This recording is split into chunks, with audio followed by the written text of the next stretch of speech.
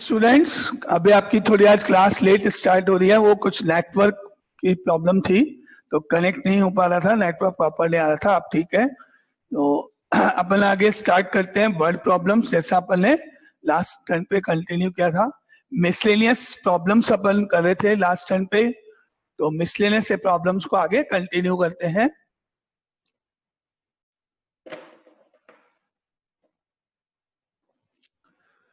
Last question आपको मैंने कराया था, a man starts his job, ये वाला क्वेश्चन अपन ने किया था जिसमें इंक्रीमेंट और सैलरी थी। ठीक है, तो आगे मिसलेनियस एग्जाम्पल नेक्स्ट लिखते हैं अपन। क्वेश्चन लिखना आप,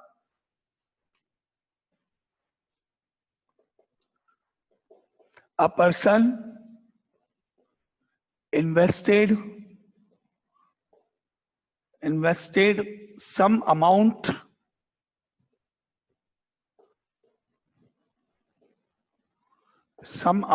at the rate of 12% 12% simple interest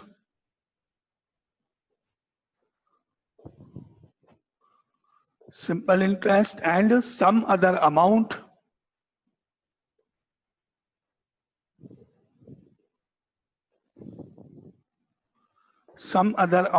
at the rate of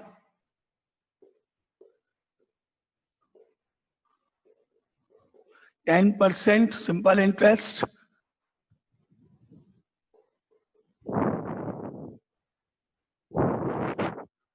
he received yearly interest of rupees 130, but if he had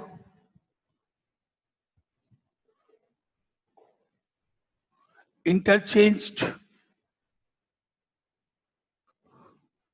the amounts invested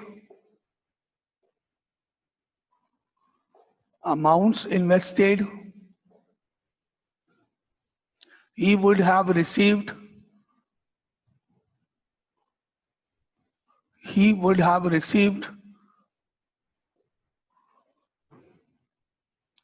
rupees 4 more as interest.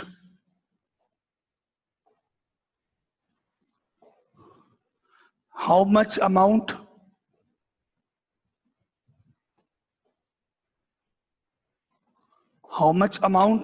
did he invest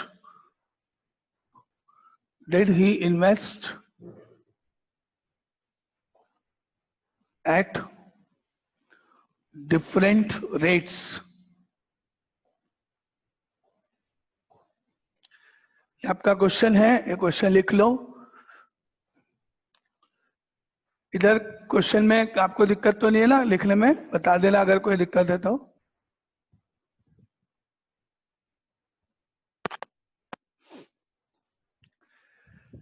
तो a person invested some amount at the rate of 12% simple interest and some other amount at the rate of 10% simple interest. He received yearly investment interest of rupees 130.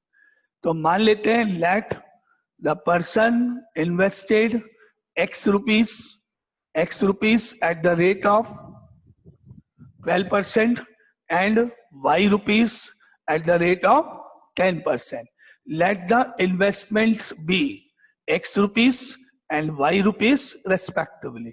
जो bank में amount deposit किए गए वो है x rupees and y rupees.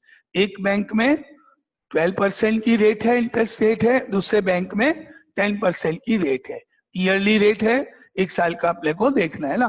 तो आपको जो step नहीं आए वो आपने को पूछ लेना है। यहाँ पे मैंने यहाँ पे लिखा late the investments be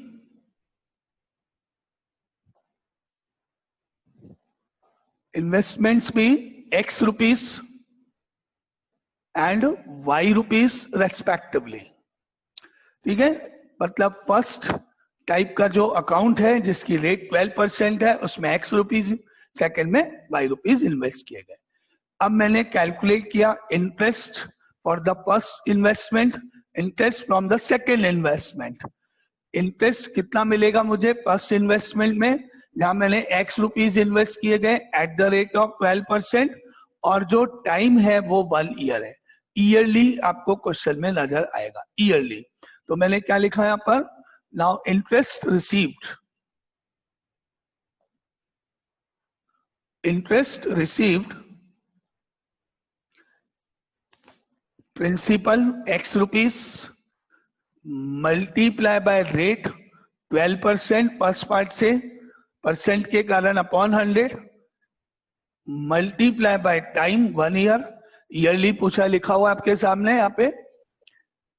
He received yearly interest of rupees, yearly 1 year plus investment y rupees, rate 10%, invest or time 1 year.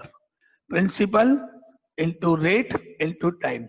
Principal is x, rate is 12% और time 1 year.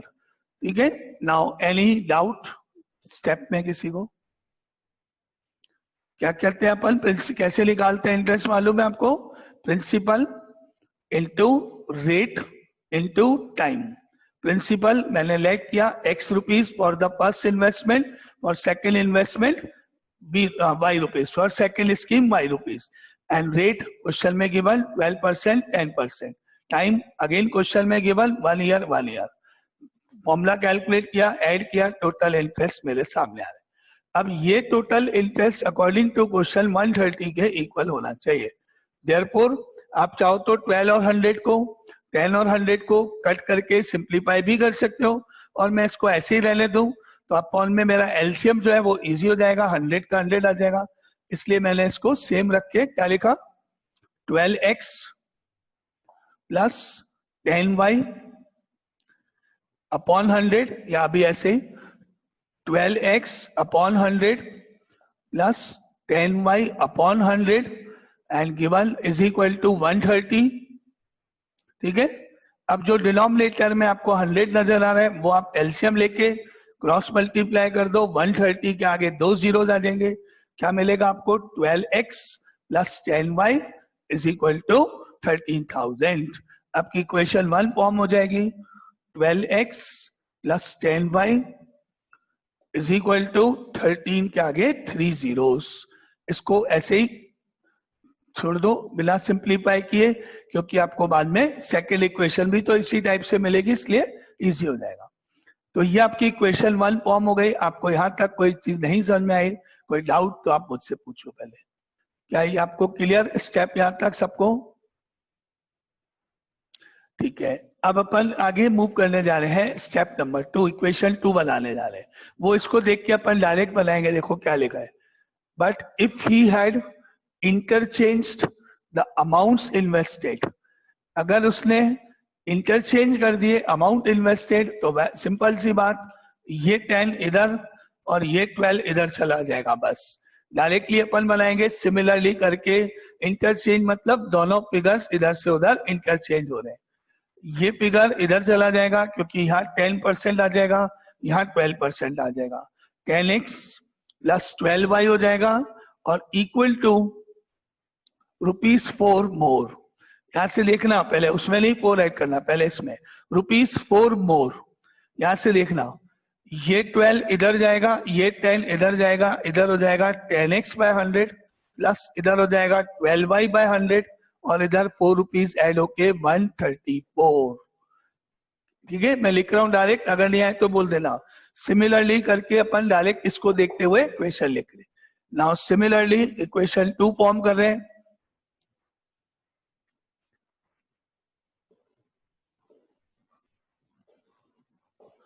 यहां पे 12 की जगह 10x अपॉन 100 प्लस 10 की जगह 12y upon 100, ₹4 extra, इसमें 4 add करके 134।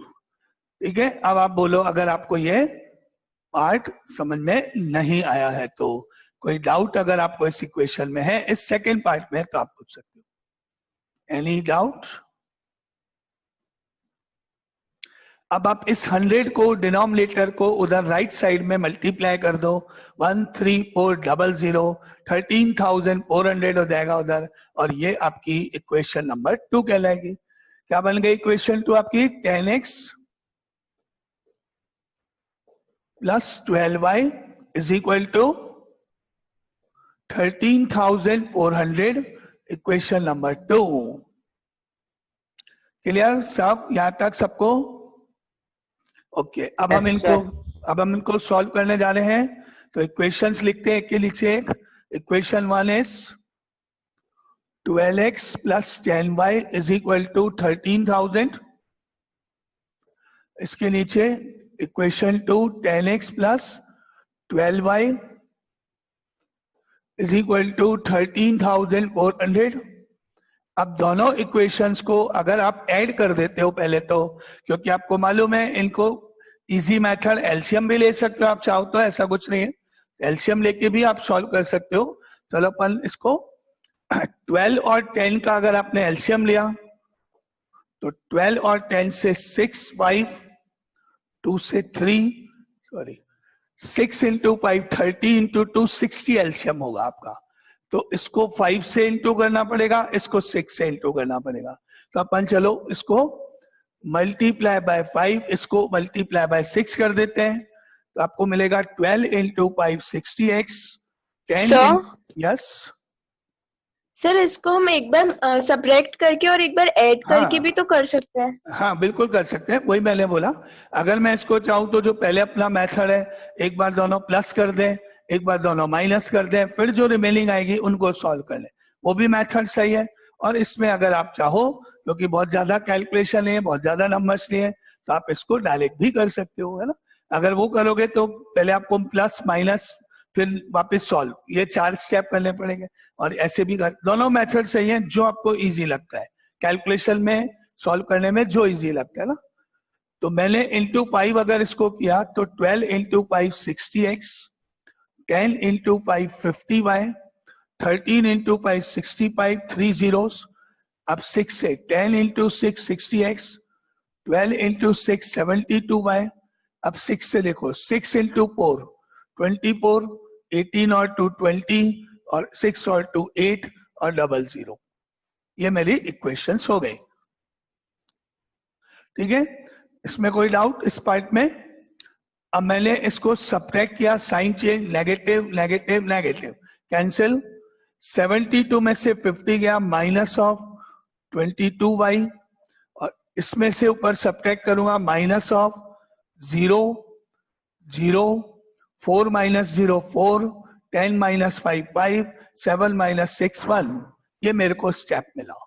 Now इसके बाद दोनों साइड से माइनस कैंसिल हुआ, और 22 नीचे, y is equal to 15,400 divided by 22। अब आप इसको कट करो, पहले मान लो 22 से डायरेक्ट कर दो, क्योंकि आपको मालूम है 22 मल्टीप्लाई बाय 7 154 होता है, तो ये ऊपर डायरेक्ट हो जाएगा, y इक्वल टू आ जाएगा आपके पास 700। यस, ये आपको डायरेक्टली y की वैल्यू मिल जाएगी 700। अब बोलो कोई doubt? No sir, no sir. Okay, अब ये y की वैल्यू 700, इक्वेशन 1 इक्वेशन 2 किसी में भी मान लो इसमें रख दो, इक्वेशन 1 में y की वैल्यू, और आगे कैलकुलेट कर दो, तो आपको मिलेगा फ्रॉम 1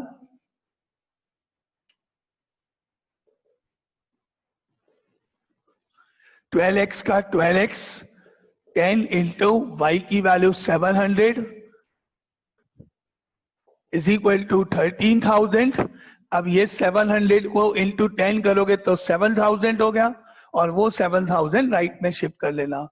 ये हो गया आपका अभी 12x plus 7,000 is equal to 13,000। Now 12x equal to 13,000 minus 7,000, that implies 12x is equal to 6,000, और अब इसको 12 से डिवाइड करने पर x is equal to 6,000, yes, divided by 12 यानी 500। अब आपके आंसर्स हो गए। देयरफॉर फर्स्ट इन्वेस्टमेंट भी 500 रुपीज एंड सेकेंड इन्वेस्टमेंट भी 700 रुपीज। ये आपके आंसर्स, ऐसे लिख लो। देयरफॉर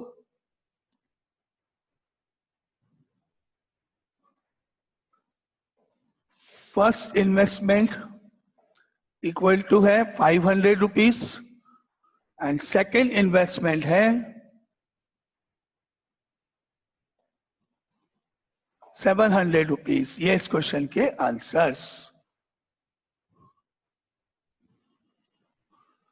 नाउ अब आपको अगर कोई डाउट इस क्वेश्चन में है, कोई चीज नहीं समझ में आई, कोई स्टेप, कोई और कुछ, तो आप पूछ सकते हो। क्लियर? कोई डाउट? चलो ठीक है। अब आगे नेक्स्ट क्वेश्चन पे अपन मूव करते हैं। ये इन्वेस्टमेंट से रिलेटेड एक वर्ड प्रॉब्लम थी मिसलेनियस टाइप में, तो नेक्स्ट क्वेश्चन मूव करते हैं।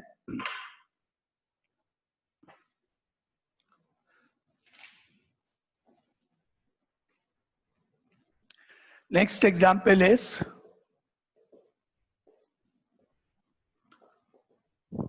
the ratio of incomes of two persons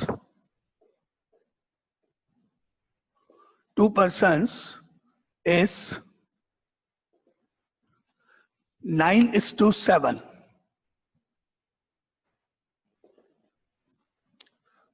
दो पर्सन्स हैं, उनकी इनकम्स का रेशियो 9:7 है। आगे, and the ratio of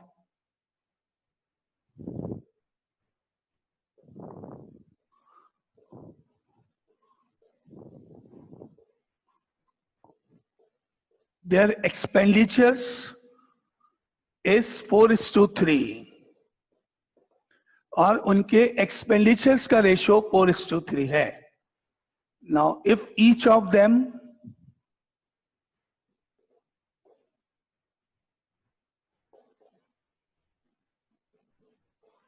saves rupees 200 per month,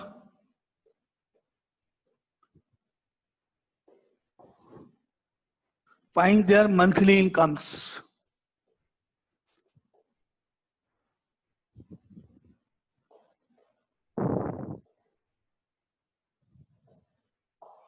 ये क्वेश्चन लिखो आप। क्या क्या गिवन आपको इसमें क्वेश्चन में? The ratio of incomes of two persons is 9:7।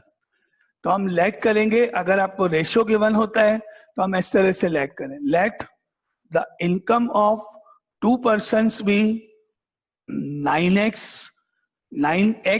And 7x। Ratio जब गिवन होता है तो आप उसके आगे x या y या z या कोई भी एल्जेब्रिक अल्फाबेट लगा दो, ABC कुछ भी, और उसको लेट कर लो। तो let the incomes of two persons be 9x and 7x and let their expenditures be 4y and 3y। क्या लेट करोगे? रेशियो के अकॉर्डिंग x लगा के तो इनकम और y लगा के y लेट कर दो पहले, है ना। तो आप देखो step 1, let the incomes of two persons be 9x and 7x and their expenditures B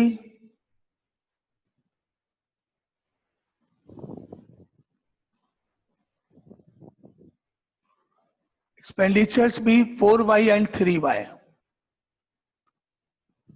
अब आप में से किसी को इस स्टेप में कुछ नहीं समझ में आया, कोई डाउट, कुछ पूछना है, तो आप पहले उसको क्लियर करो। किसी को कोई भी इस स्टेप में डाउट है? No sir. ये सबको समझ में कि रेशियोज होते हैं तो इस तरह से लेट किया जाता है। नाउ अब आपको क्वेश्चन में गिवन है कि if each saves rupees 200, saving first person की 200 रुपीज है, सेकंड की भी सेविंग 200 रुपीज है। सेविंग क्या होती है? Income minus expenditure. इनकम में से एक्सपेंडिचर हटा दो तो बाकी बचा तो सेविंग। तो हम कह सकते हैं अब इक्वेशन 1 के लिए ऐसे, income minus expenditure for first person that is 9x minus 4y equal to 200 income minus expenditure. And for second person, 7x income minus 3y expenditure. तो 7x minus 3y is equal to 200, equation number 2. ये आपकी दो equations हो गई. अब आप इनको solve करोगे जैसे करते हैं एलिमिनेशन मेथड से, लेकिन पहले अगर आपको इन इक्वेशन को फॉर्म करने में, इन इक्वेशन का फॉर्मेशन करने में कोई डाउट है तो आप वो बोलो. ठीक है, अब अपन एलिमिनेशन मेथड से इनको सॉल्व करेंगे. आप 4 और 3 ले लो, इजी है. 12 एलसीएम हो गया, इसको इंटू 3, इसको इंटू 4 करके लिख लो. अब ऊपर इक्वेशंस को आगे चलो शुरू करें. नाउ अब आपके पास आया 3 into 9 27x, 4 into 3 minus 12y, 200 into 3 600, 7 into 4 28x minus 3 into 4 minus 12y, 200 into 4 800. ये सेकंड. ठीक है, क्लियर? Any doubt? अब साइन चेंज करें. ये कैंसिल करने के लिए माइनस प्लस माइनस, ये cancel. Minus 28x plus 27x minus x minus 800 plus 600 minus 200 minus minus cancel. x is equal to 200. ये आपका फर्स्ट वैल्यू x की. अब इस वैल्यू को आप किसी भी एक इक्वेशन में रखो और y कैलकुलेट कर दो. या तो इसमें रख दो या इसमें रख दो, कोई भी एक इक्वेशन मान लो पास ले लो. तो मैंने कहा from 1 9x minus 4y is equal to 200 में 9 इंटू एक्स की वैल्यू रखी 200 minus 4y is equal to 200. अब 9 को 200 से मल्टीप्लाई कर दो, 1800 हो जाएगा. माइनस 4y इक्वल टू 200, 1800 को उधर ले जाओ राइट साइड में. Minus 4y is equal to हो गया 200 minus 1800. Now minus 4y is equal to minus 1600. 1800 means yes, minus से माइनस कैंसिल, तो y की वैल्यू गई 400. आपके पास x आ गया, y आ गया. और अब आपको जो आंसर्स निकालने हैं वो देखो. क्वेश्चन में क्या पूछा था?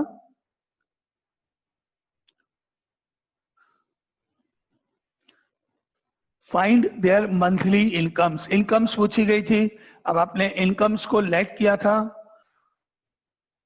9:7 लेट किया था. तो हम कह सकते हैं नाउ देयरफॉर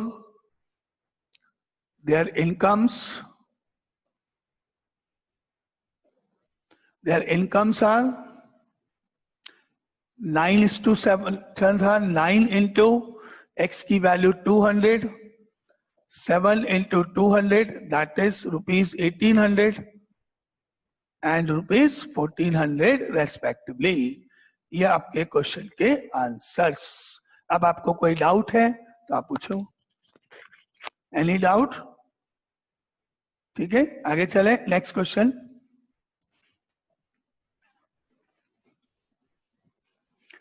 ये आपकी डिफरेंट टाइप्स की अलग अलग लैंग्वेज, अलग अलग सेंटेंस, अलग अलग टाइप के क्वेश्चंस हैं. अब आगे नेक्स्ट क्वेश्चन पे अपन मूव करते हैं. Next is in a triangle A B C. In a triangle A B C angle C is equal to 3 times of angle B, twice of angle A plus angle B. Now find the 3 angles.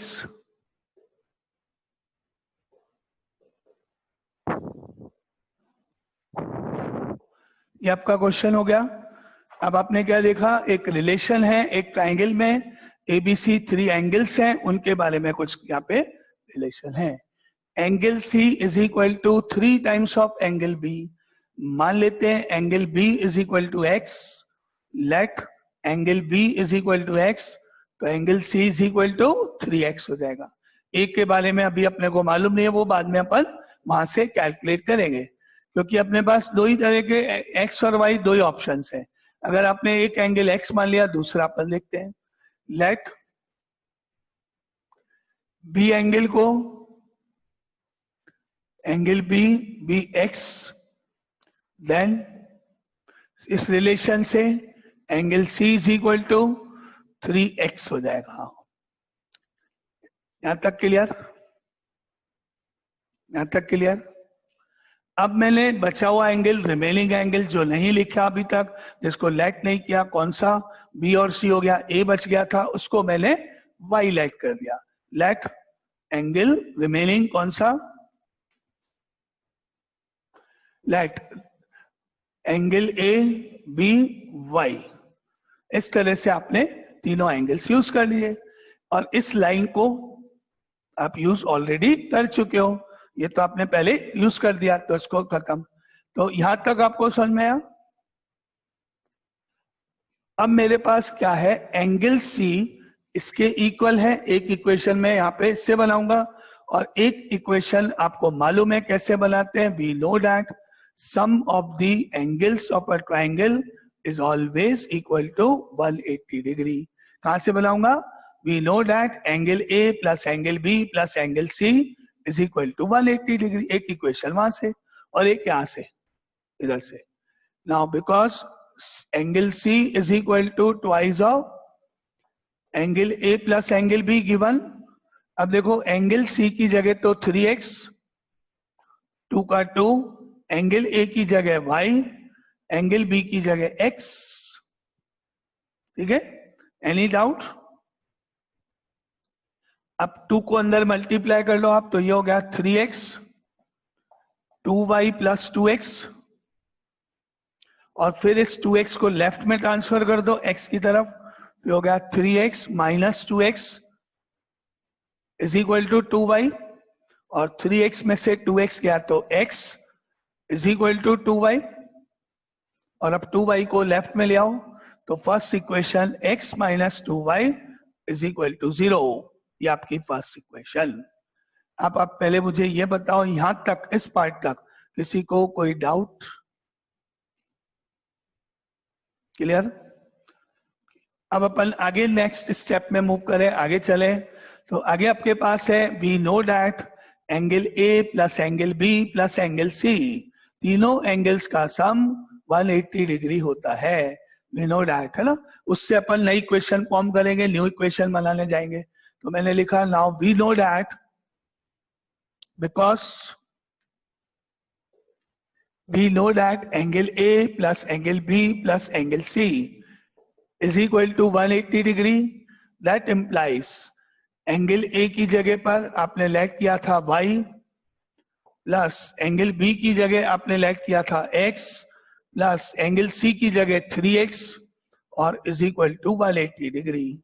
ये question 2 को बनाने के लिए अपन आगे step करें। बोलो any doubt यहां तक?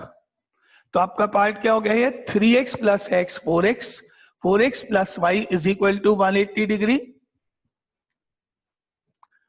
ये हो गया आपका, that implies 4x plus y is equal to 180 degree. ये आपकी इक्वेशन 2 फॉर्म हो गई।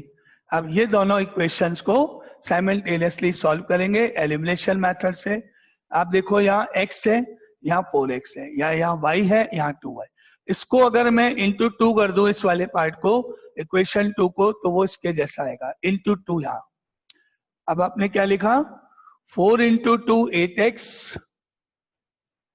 y into 2 is 2y, 180 into 2 360। ये सेम इसके नीचे x minus 2y is equal to 0। Again any doubt इस क्वेश्चन में? ओके, अब अपन साइन इसको कैंसिल कर सकते हैं, ये ऐड हो जाएंगे, 9x हो गया, 360 इधर हो जाएगा, और अब आप 9 से इसको डिवाइड कर दोगे, 360 अपॉन 9, तो x की वैल्यू हो गई 360 अपॉन 9, दैट मीन्स x 40। ये आपको x की वैल्यू मिलेगी, और आपको क्वेश्चन में तीनों एंगल्स अगर फाइंड करने हैं तो अब ये x की वैल्यू प्लेस कर देते हैं, तीनों एंगल्स फाइंड हो जाएंगे। क्या क्या पूछा, क्या क्या लाइट किए थे अपन ने? अभी अपने को पहले y निकालना पड़ेगा ना। x की वैल्यू 40 हो गई, y कैलकुलेट करें, यहां से इसमें रख दो फ्रॉम 1,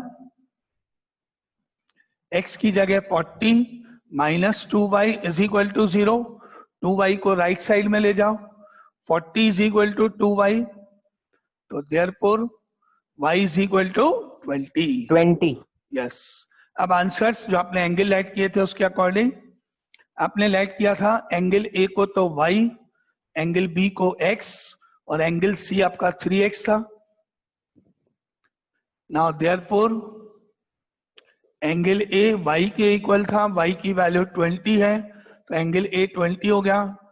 एंगल बी आपका, एंगल बी को आपने लाइट किया था x, तो एंगल बी x था, x की वैल्यू आपकी आई 40 और एंगल सी को आपने लिखा था 3x, तो 3 इंटू 40 हुआ और 120 डिग्री हो गया। ये आपके आंसर्स, क्या answers? Therefore angle A is equal to 20 degree, angle B is equal to 40 degree, angle C is equal to 120 degree. ये आपका आंसर्स कंप्लीट। अब आपको कोई भी स्टेप इसमें नहीं आया समझ में तो वो आप में से पूछ सकते हो। क्लियर सबको? ओके। अब अपन एक नेक्स्ट क्वेश्चन स्टार्ट करने जा रहे हैं। वैसे अभी 6 मिनट्स है, तो अगर ये कटता है तो आप वापस ज्वाइन करना, ठीक है ना? अपन आगे कंटिन्यू करेंगे अभी इसको। तो अगर अभी ये मतलब मीटिंग कंप्लीट नहीं होती है, कट जाती है, तो वापस ज्वाइन करना। अभी एक क्वेश्चन और करते हैं next. Now next question is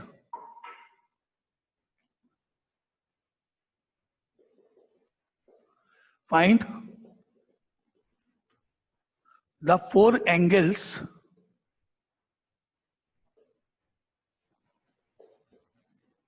of a cyclic quadrilateral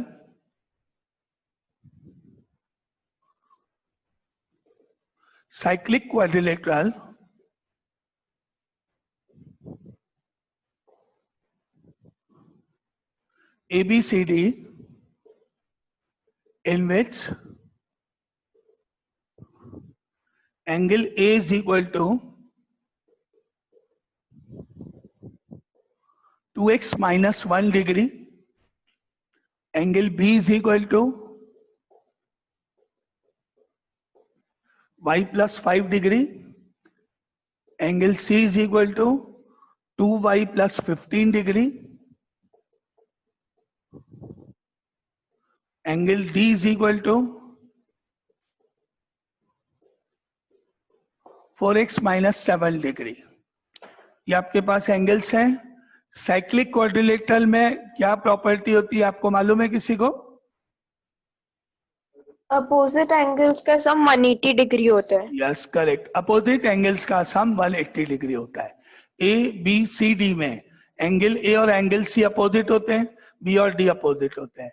तो हमको मालूम है angle A plus angle C is equal to 180 degree, and we know that angle B plus angle D is also equal to 180 degree. क्या मालूम है आपको? Because angle A plus angle C is 180 degree and angle B plus angle D is also equal to 180 degree. अब आपने देखा angle A कितना है, ऊपर देखो 2x minus 1 plus angle C की जगह 2y plus 15 is equal to 180, ऐसे बना। बोलो कोई डाउट यहां तक? क्लियर? अब 2x प्लस 2y तो लिख दो, 15 में से बन गया 14 इधर, 2x plus 2y plus 14 is equal to 180 हो गया। अब 14 को उधर ले जाओ, माइनस कर दो, तो आपको मिलेगा 2x plus 2y is equal to 180 minus 14। Therefore 2x plus 2y is equal to, minus करो, 10 माइनस 4 6, 7 माइनस 1 6 और 1, और अब सबको 2 से डिवाइड कर दो, डिवाइडेड बाय 2 कर दो सबको, तो आपको इक्वेशन मिलेगी x plus y is equal to 83। ये आपकी क्वेश्चन 1। ठीक है, एनी डाउट? यहां तक क्लियर? अब सिमिलरली अपन ले रहे हैं angle B plus angle D is equal to 180 degree. Property जो इसकी होती है second part. Now because angle B plus angle D is equal to 180 degree, that implies angle B is y plus 5 plus angle D is 4x minus 7 is equal to 180. Okay, अब arrange करें। सबसे पहले 4x, फिर plus y, minus 7 plus 5 minus 2 is equal to 180। अब -2 को उधर right side में ले जाओ, +2 कर दो तो आपको मिलेगा 4x plus y is equal to 182। ये आपकी क्वेश्चन 2।